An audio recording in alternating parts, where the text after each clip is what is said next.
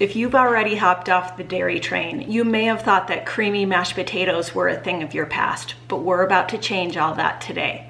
I figured out a way to make delicious creamy mashed potatoes using a combination of stock and clean mayonnaise that tastes just like the real deal. They even pass the kid test. So I'm going to show you how to make those and share all my tips for perfect mashed potatoes of any kind. I'll also be showing you my recipe for super simple and amazing gluten-free gravy. Hello thyroid drivers, welcome back to another episode of Thyroid-healthy Bites, a weekly podcast dedicated to helping you live well and eat well so you can feel well. I'm Ginny Mahar, your host and the face behind the apron at hypothyroidchef.com.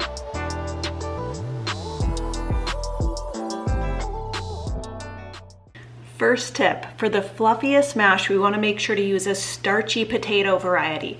Russets work really well here. Another all-purpose potato variety that's really common are Yukon Golds. Those will also do, but really something extra starchy like a russet just makes for the lightest, fluffiest mashed potatoes. Potatoes are actually a really healthy food. They've got more potassium than a banana and loads of resistant starch, which helps support healthy gut flora. They're even approved now on Whole30, and a lot of paleo proponents also say that potatoes are fair game. However, if you're on a strict autoimmune protocol, elimination phase diet, you want to avoid potatoes because they are in the nightshade family. Potatoes also happen to be a natural source of iodine, which the thyroid uses to produce thyroid hormone.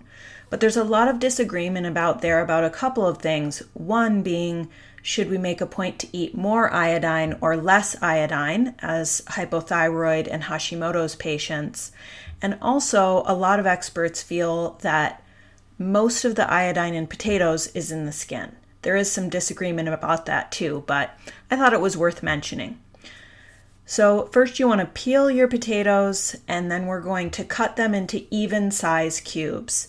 Even size cubes is important so that obviously our potato cubes cook evenly. Now we want to start our potatoes in cool water. The reason we want to do that is so that, again, we can ensure even cooking of our potato cubes.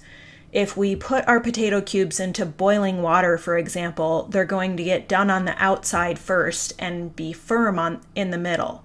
And we don't want that. We want the cubes to get done pretty much at the same point all the way through, outside and inside.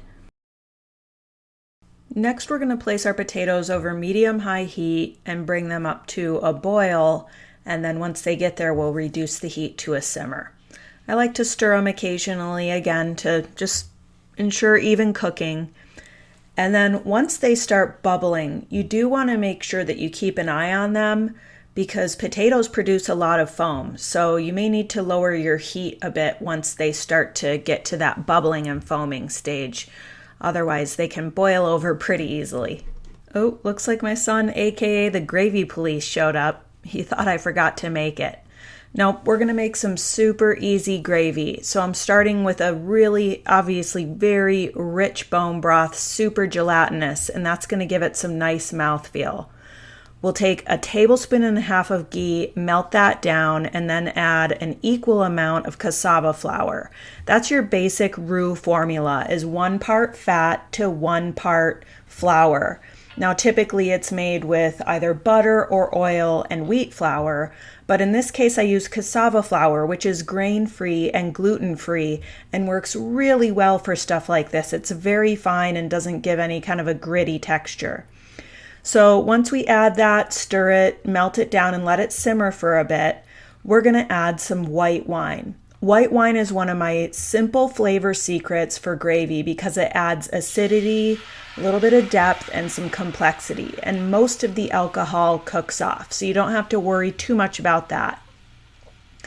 Then I've heated up 2 cups of that really rich bone broth, and I'm going to slowly whisk it into the roux until no lumps remain. Just, add a little, whisk a little, add a little, whisk a little until you've added all the broth.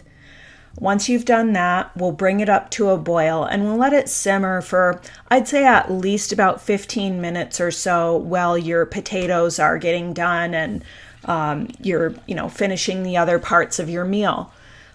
This is important because it allows that bone broth to reduce a bit, which further concentrates the flavor and adds even more of that really nice, thick richness that we love with gravy. I'm seasoning with a pinch or so of fine sea salt and a pinch of white pepper. And I'm going to go pretty light on the salt until I know for sure how salty my broth is and what the gravy is going to taste like after it's reduced. So go light on the seasoning to start with, and then taste and season again once it's boiled down to where it looks like just the right thickness that you want. Okay, while the gravy's simmering, let's go back and check our potatoes for doneness. One method you can use is the fork test. Your fork should really pierce the potatoes pretty easily. And you'll notice there's some, soft edges to the potatoes. That's kind of what lets me know when to start checking them. The other technique you can use is the tong test. If you can squeeze a cube of potato and mash it between your tongs, that's a good indication that they're done. It's important that we don't overcook the potatoes. When mashed potatoes are overcooked or overprocessed, those starch molecules can break down, and that's what makes mashed potatoes gummy. So you want to cook the potatoes just until they're soft. Okay, we'll take those back to the stove and check on our gravy. It's looking just perfect. All right, now it's time to season up the potatoes and mash them. I'm gonna add some clean mayonnaise. I like to use this soy-free veganese because my son and I have a bit of an egg intolerance. I'm adding about 1/3 cup to 4 large russet potatoes. And then you wanna add about 1 cup, no more than 1 cup, of bone broth heated up to the potatoes. You want your liquid to be warm before adding. Then you want to go ahead and add a pretty generous amount of salt. I recommend about 1.5 teaspoons and a pinch of white pepper. I like white pepper because I feel like it has a more subtle flavor. And finally, 1/4 teaspoon of garlic powder. Next, this is my handy favorite potato masher. I like to mash mine by hand, but you can also use a hand mixer. Just be sure that you don't overmash or overmix, regardless of what tool you use. Lastly, we're going to add the ghee. You want to add the ghee to your mashed potatoes last. Those starchy molecules are so absorbent of flavor, fat, or anything else we add to them.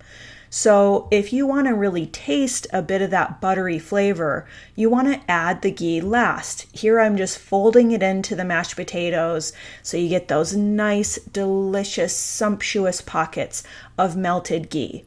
Now, ghee is essentially clarified butter, which has all the milk solids strained out of it. So it tends to be tolerated pretty well by those of us who don't tolerate dairy, and a lot of people actually consider it to be dairy-free.